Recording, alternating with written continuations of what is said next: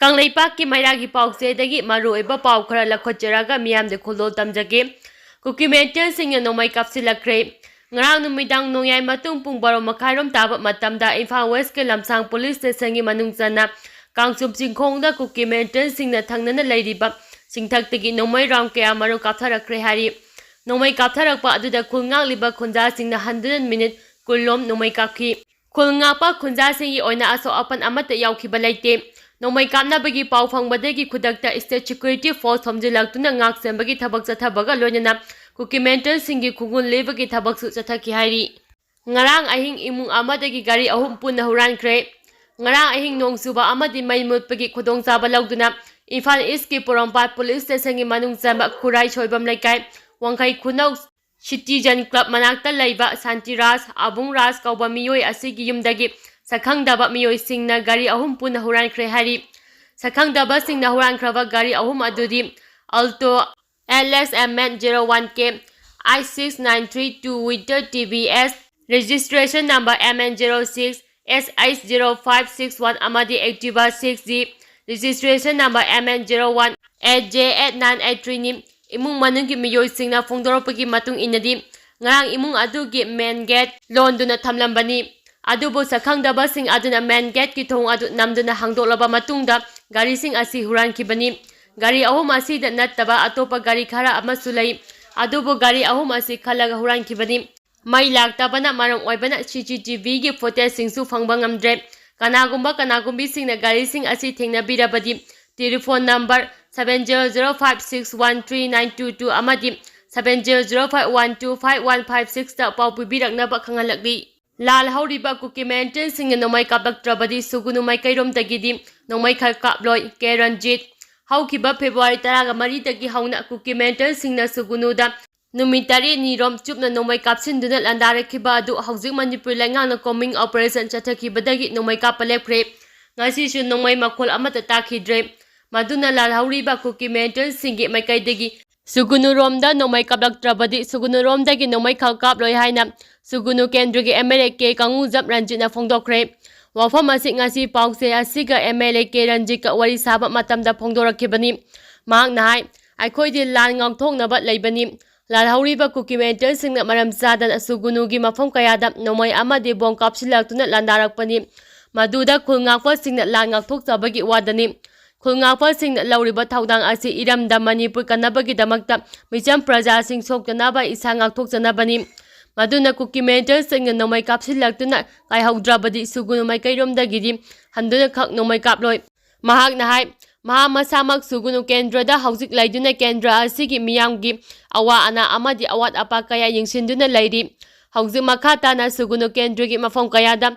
State Police amadi BSF ki kanguna akan ngak sembagi thabak chathaduna laidi haujik chathariba ngak sembagi thabak asi mangjongna laingangna Zatha biramba tarabadi Kuki mental singna sugunuda nomai kapsilaktuna amang ata misi mina amadi aso apan kaya tholiba asik thoklamloi haiki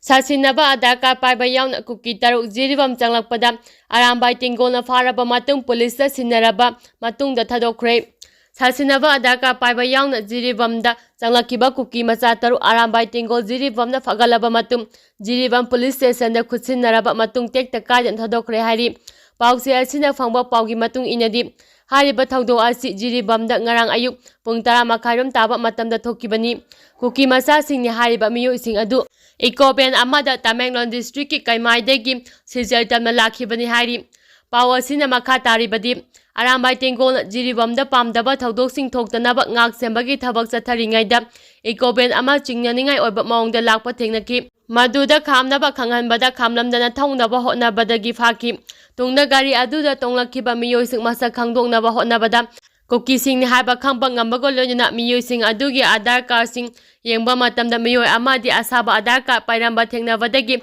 Jiribamda lariba CSO singi mihu singa loina Jiribam police ta khusinaki Arambai Tenggol gi maikaidagi su amana amabu lana launa danaba amadi punna nungsi chanana himminasi haiba wafam phongdokpaga loina khusoknadana harau nungaiba phongdoknaki tungda Jiribam police ke kangkuna miyoi sing adu verification taroba matung thadokhre hari Chingam kha ningthaujam laikai laiba yum ama mai chakre khudakta LMG na lupa 10,000 mateng pangkhre ngasi ayu pung 12 rom taba matamda Singjamai Police Station gi manung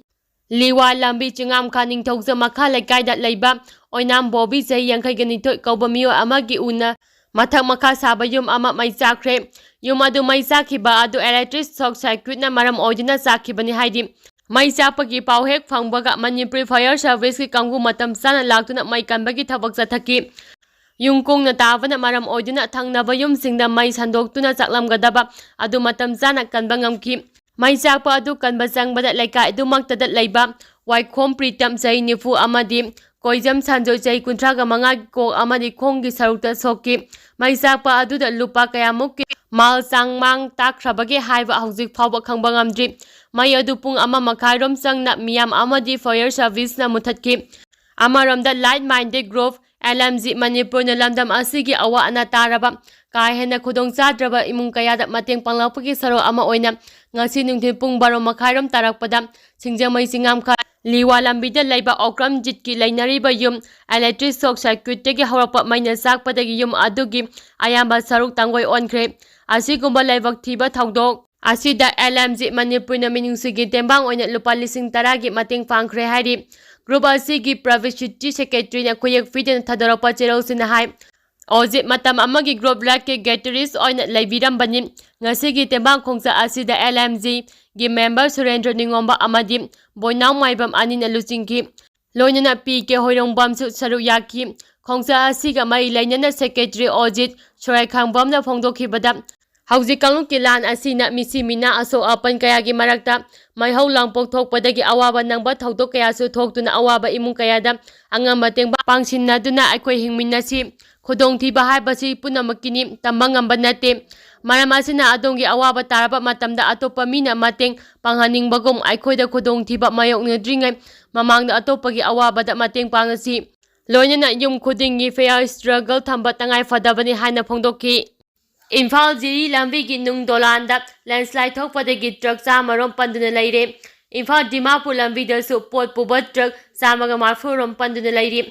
ngasi numit nini asida nong suba amadi numdangi matamda None district ki mafom kaya nong kana suba maramna Nation Highway 38 Imphal Jiribam lambi paning gi nung dolan manakta landslide thokpadagi lambi chathok chasin tawba yadaduna leire hairi Pause asina phangba paugi matung inadi landslide asina maram oidina Jiribam romdagi tongan ba polam simpuduna Imphal changlakhiba punna truck chamarom ngasi ayuktagi panduna leire None district ki district administration gi makaidagi landslide thokhiba mafomda changduna hakthengnana yengsingkhre loinana landslide thokriba mafom adu sengdoknaba NSITCL ki kamguna tongan ba heavy machinery sing sijinaduna haujek sengdokpagi thabak yamna kana sathari hari ngasi numidang pung 9 phawbagi manungda sengdokpa loiduna gari hanagum chathok chaksin yagani haina thajanari nongkanna chuba asina maram oiduna None district ki mafom kayada mai phangdabagi awaba mayoknare hari amaromda landslide na maram oiduna Jiribamdagi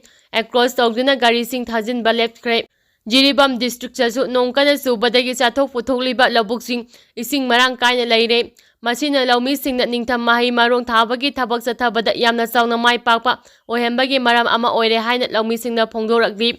amaramda tha asigi 13 dagi masa khangdaba singna sekmaida Imphal Senapati chenba Tata truck singi driver amadi handyman taruk tamthina phujabagi thabak chatharapagi mayokta Senapati district Tata truck drivers amadi Owners Association laingak ta tanduna lakpa davi sing thabak to onthok tabagi mayokta Hauzik gari chendabagi khongjang changsinduna leiri gari chendaba asina maram oiraga hauzik Senapati da Imphal tanma changlakpada tongan ba potchai pusilakpa Tata truck chamaga marfurom panduna leiri gari sing asigi driver amadi handyman sing awaba mayoknare hairi Kuki dagi lauraga yolamba lupa lak 2 romgi yongchak phagatkhre Ningthaukom kaithel mana masing yombi kharana Kuki dagi lauraga yongchak yole habagi pau phangbadagi mafam adugi maira paibi singna drive chathaba matamda yongchak yolambe nupi kullom phagat pangamle hari drive aduda achoba thaudang lokhiba maira paibigi luchingbi RK to Misna Devi na phongdokhibada Kuki singa changthok changsin tawraga pochei lauraga yole habagi pau asi phangbadagi drive asi chathakibani yongchak yolambi miyoi kun adu nomagi chara tanjaba ngakto oibana wakhal chaminaraba matungda makoidagi phagalakpa yongchak sing adu masa da amuk kusinakre hari mahangna makha tana phongdokhibadi ꯑꯩꯈꯣꯏꯒꯤ ꯌꯦꯛꯅꯕ ꯑꯣꯏꯔꯤꯕ ꯀꯨꯀꯤꯁꯤꯡꯗ ꯐꯟ ꯀꯥꯅꯕ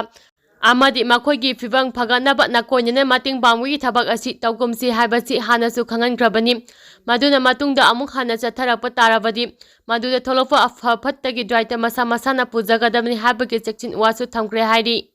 Senapatigi Sadim Hills Range ekar 10 da tharamba popi pambi singyan thatuna mangankre Manipur lengang na changsilakhiba war on drug ki saru ama oina lamdam asigi singi mafam kaya da ain kana tharamba popi pambi singyan thatuna manganbagi thabak leptuna chatharagri khongjang asigi saru ama oina ngarang Senapati district ki Sandam Hills Range ki akoiba mafam singda pak sana tharamba popi pambi singyan thatuna mangankre hari Police ki pauna hai Senapati District Police 109 Battalion CRPF Mari Suba IRB Tawfau District Administration ki mihusing Executive Magistrate C.I. Nelly SDC Senapati yauna ayu pung 10 dagi nungtil pung 3 fawba chathakiba drive ta Sadim Hills Range ki lam ekar 10 romda tharamba popi pambi singyan thatuna mangankre hari thawdo aduga mari lainana Senapati District na FIR number 62/2024 SPT PH US